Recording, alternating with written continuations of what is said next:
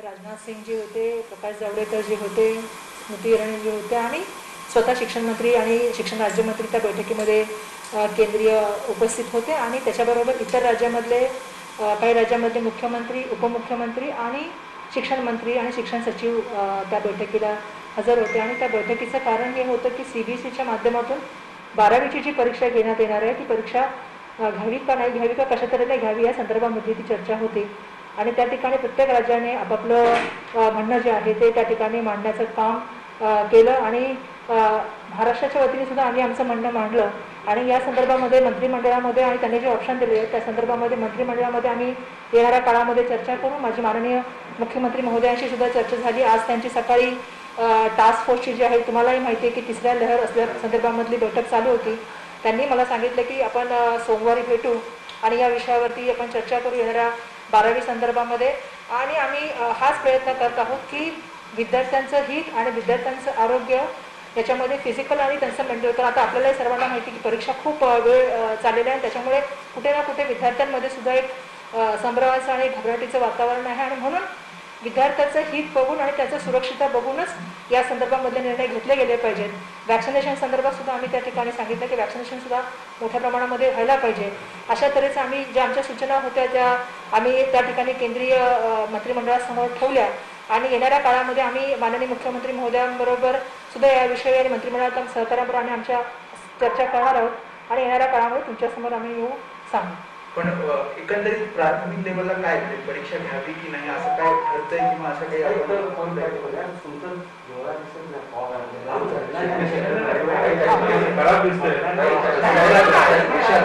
काढला तर मला चालेल.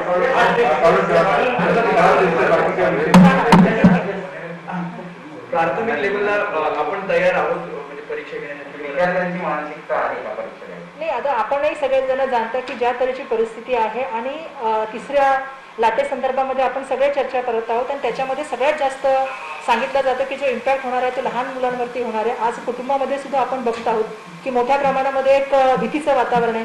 ज्या कुटुंबामध्ये समजा एखादा पॉझिटिव्ह व्यक्ती रुग्ण आला तर त्या कुटुंबामधल्या विद्यार्थ्याची मानसिकता काय हे आपल्या सर्वांना समजू शकतो, कारण आपण सगळेजण या ठिकाणी परिस्थिती पाहत आहोत. मी सुद्धा घरामध्ये ही परिस्थिती पाहिलेली आहे आणि त्यामुळे आम्ही हेच त्यांना सांगितलं की आपल्याला हे करत असताना मुलाची मानसिकता समजून गेली पाहिजे.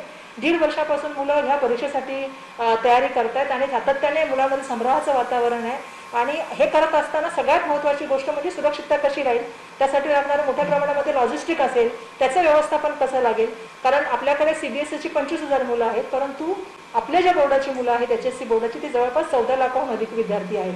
आणि त्यामुळे कुठलीही गोष्ट करत असताना ती पूर्णपणे सुरक्षित वातावरणात केली गेली पाहिजे.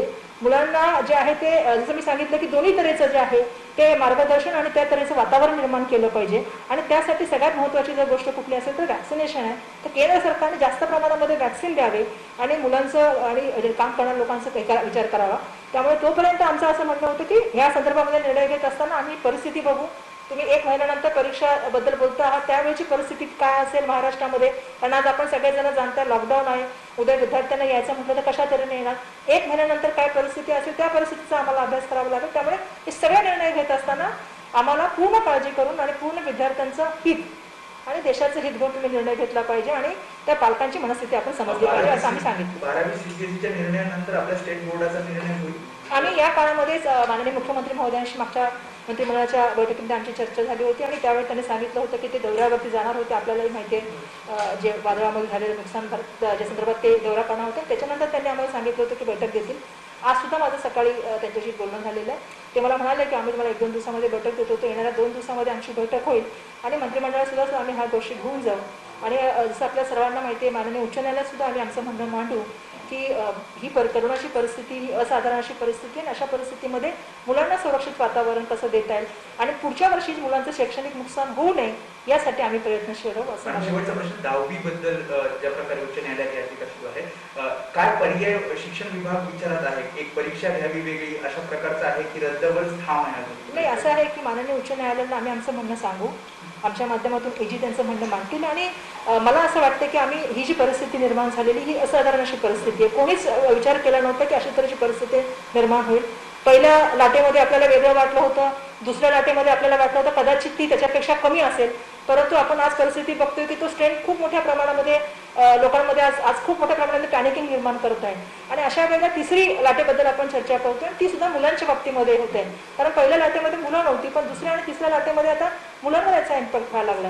आणि म्हणून आम्ही कोर्टाला आमची बाजू सांगू, कोर्टाने जे आम्हाला प्रश्न विचारले त्याच्याबद्दल आम्ही त्यांना माहिती देऊ आणि ह्या असाधारण परिस्थितीमध्ये पुढच्या वर्षी मुलांचं नुकसान होणं यासाठी आम्ही या संदर्भामध्ये आम्ही कोर्टामध्ये जे आमचा GR करतो आम्ही कोर्टामध्ये सादर करून कोर्टाला आमचं म्हणणं मांडू त्या ठिकाणी. आणि मला पूर्ण खात्री आहे की कोर्ट या संदर्भामध्ये जे आम्ही सहानुभूतीपर विचार करेल, कारण परिस्थिती ही वेगळी आहे आणि त्याबद्दल काही संघटना ज्या ऑनलाईन परीक्षा घ्या असं वारंवार सांगत होतं, याबद्दल काही विचार होणार आहे का? आज पण चर्चा झाली आणि आधी पण आपल्या सर्वांना माहिती चर्चा झाल्या. त्याच्यामध्ये सर्वांना माहिती आहे की आपला पेपर पॅटर्न जो अजूनपर्यंत असा होता तो कधी ऑनलाईनसाठी आपण हेच केलेलं नाही. आणि एका पटकन परिस्थितीमध्ये करणं, आणि ते पण आपल्याला माहिती आहे की आदिवासी पाडा असेल, डोंगराळ भाग असेल किंवा दुर्मिळ गाव असेल, जर इंटरनेटचं कनेक्शन त्यावेळी गेलं तर त्यावेळी त्या विद्यार्थ्याची परिस्थिती काय असेल. आणि म्हणून आम्ही खूप साऱ्या गोष्टींचा या ठिकाणी विचार करतो आणि आमचा हाच प्रयत्न राहतोय की पुढच्या वर्षी कसं करून मुलाला त्याचं नुकसान होऊ नये. मागच्या वर्षामध्ये पूर्ण शैक्षणिक जर आपण बघितलं तर खूप मुलांच्या जीवनामध्ये कधी त्यांनी विचार केला नव्हता मोबाईलच्या माध्यमातून शिकावं लागेल, कधी त्यांना परीक्षेच्या बाबतीमध्ये हा विचार केला नव्हता, परंतु असाधारण परिस्थितीमध्ये असाधारण निर्णय त्यावेळी घेतले गेले. पण पुढच्या वर्षी मुलांचं आपल्याला प्रयत्न राहणार आहे की त्यांचे ॲडमिशन वेळेवर व्हावं, त्यांच्या शाळा किंवा कॉलेजेस वेळेवरती त्यांना मार्गदर्शन मिळावं, ह्या तऱ्हेचे प्रयत्न आपण करणार आहोत.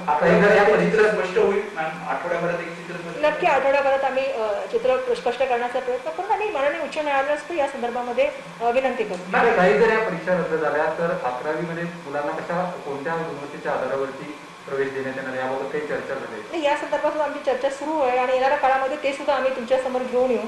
आमच्या एकदम प्रयोग झालेले आहेत. आम्ही तज्ज्ञांशी चर्चा करतो, आमची माननीय एजन्सीचं या विषयावर चर्चा, सगळ्या विषयावर चर्चा करून आम्ही असेच प्रयत्न करतो की याच्यामुळे मुलांचं शैक्षणिक पण नुकसान होणे, पण त्यांची आरोग्य जे आहे ते सगळ्यात पहिले सुरक्षित राहिलं पाहिजे. आमची प्राथमिकता विद्यार्थ्यांचं आरोग्य आणि पालकामध्ये असलेलं एक भीतीचं वातावरण आहे, संभ्राचं वातावरण ते दूर करणं ही आमची प्राथमिकता. हिंदी में जानना चाहेंगे, और जो मीटिंग हुई है CBSE को लेकर किन बिंदुओं पे चर्चा हुई है और सरकार की क्या भूमिका है CBSE एग्जाम को लेकर? CBSE की जो आज हमारी चर्चा हो गई थी उसमें माननीय केंद्रीय मंत्री राजनाथ सिंह जी थे, शिक्षण मंत्री थे, प्रकाश जावड़ेकर जी थे, स्मृति ईरानी जी थी और बहुत सारे राज्यों के मुख्यमंत्री थे और उप मुख्यमंत्री और सब शिक्षा मंत्री और शिक्षा सचिव इस मीटिंग में थे. और चर्चा इसी बात पे थी कि किस तरह से आने वाली CBSE के एग्जामिनेशन को जाना है. तो हमने वही कहा है कि आपको राज्य की परिस्थिति को आपको ध्यान में रखना पड़ेगा. और जिस तरह से हमारी सबसे बड़ी देश की प्राथमिकता आज ये है कि जो आज ट्रेंड जो आ रहा है वो पहला स्ट्रेन से आज का स्ट्रेन अलग है. और तीसरा हम लोग जो बात कर रहे हैं उसके लिए भी हमें प्रिपेयर्ड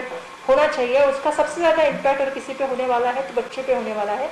माननीय मुख्यमंत्री जी आज टास्क फोर्स की मीटिंग ले रहे हैं जिसमें इसी पे चर्चा चल रही है. तो हमने उनको वही कहा कि हमें पूरे सुरक्षित वातावरण बच्चों को देना होगा. हमारे लिए सबसे बड़ी प्राथमिकता अगर कुछ है तो बच्चों की हेल्थ है. आज बच्चे 1.5 साल से आप सभी लोग को मालूम है कि परीक्षा की तैयारी कर रहे हैं. पेरेंट्स में कहीं ना कहीं एक संभ्रम की भावना है. तो हमें ऐसे ही कुछ सोल्यूशन पे जाना पड़ेगा जो बच्चों के हित में हो. एग्जाम को लेकर जिस तरह से पिटीशन फाइल की है उसको लेकर सरकार की क्या भूमिका है? कहीं ना कहीं और विकल्प सरकार सोच रही है जहाँ तक टेस्ट करने के एग्जामिनेशन की बात हो, आगे जिस तरह से प्रमोट किया गया है तो ग्रेडिंग सिस्टम को प्रमोट किया जाएगा, फिर कोई और विकल्प है सरकार के पास? नहीं, जिस तरह से आप पूछ रहे हैं कि माननीय उच्च न्यायालय को हम भी बताएंगे कि ये जो परिस्थिति पिछले पूरे साल में रही तो पूरी असाधारण परिस्थितियाँ रही. हमने अलग अलग माध्यम से स्कूल में बच्चों को पढ़ाने की शुरुआत की. आपको भी मालूम है स्कूल शुरू हो गए लेकिन कई जगहों पे स्कूल भी शुरू नहीं हो पाए. लेकिन ऐसे असाधारण परिस्थितियों में जिस तरह से क्या हम सोल्यूशन लेके जा सकते हैं वो हम माननीय उच्च न्यायालय के सामने बात रखेंगे. कोविड परिस्थितियाँ है, सेकेंड लहर चल रही है, थर्ड लहर की बात हो रही है. ऐसे सिचुएशन में बच्चों की हेल्थ रखना, बच्चों को सुरक्षित वातावरण देना ये सरकार की जिम्मेदारी है. और वो कोर्ट के सामने अपनी बाजू रख देंगे. और हमारी इस मामले में AGGC पे बात हुई तो वो हमारी बात कोर्ट के सामने रख देंगे. और जिस तरह से हमको इवैल्यूएशन करना है, जो भी करना है कोर्ट के सामने रखने के बाद हम आप सबके पास आ जाएंगे.